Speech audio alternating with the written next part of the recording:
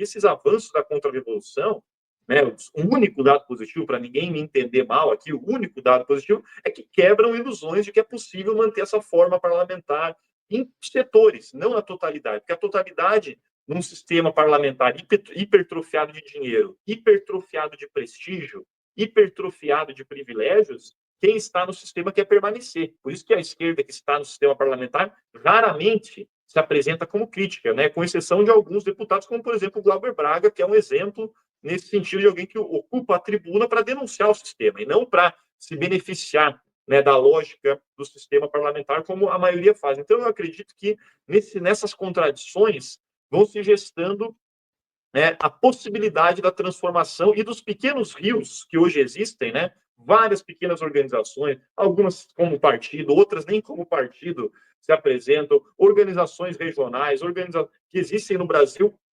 as grandes proporções, né, vão se unificar, se encontrar num grande rio que só pode ser construído pela luta de classes, pela luta de massas. Né? Se a gente pegar o exemplo histórico dos partidos de massa que representaram o trabalho no Brasil, e aqui não vou entrar se o seu horizonte estratégico era o mais adequado ou não, mas que representaram, sim, né, o interesse das massas trabalhadoras. Por exemplo, no início, né, a formação do PCB no Brasil aqui, justamente no empuxo da luta de classes violenta e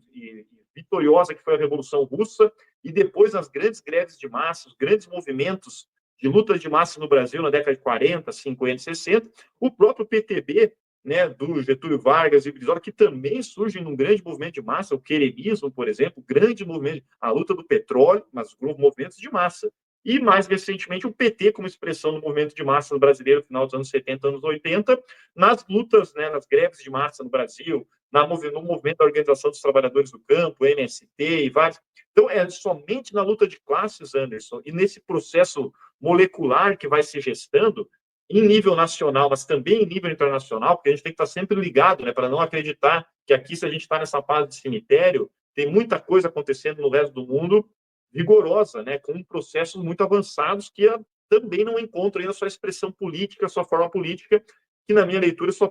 vai poder se dar na construção desse partido do trabalho. E partido que eu não estou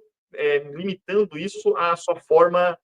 burocrática legal, tá? O partido enquanto aquele que representa, né, um projeto,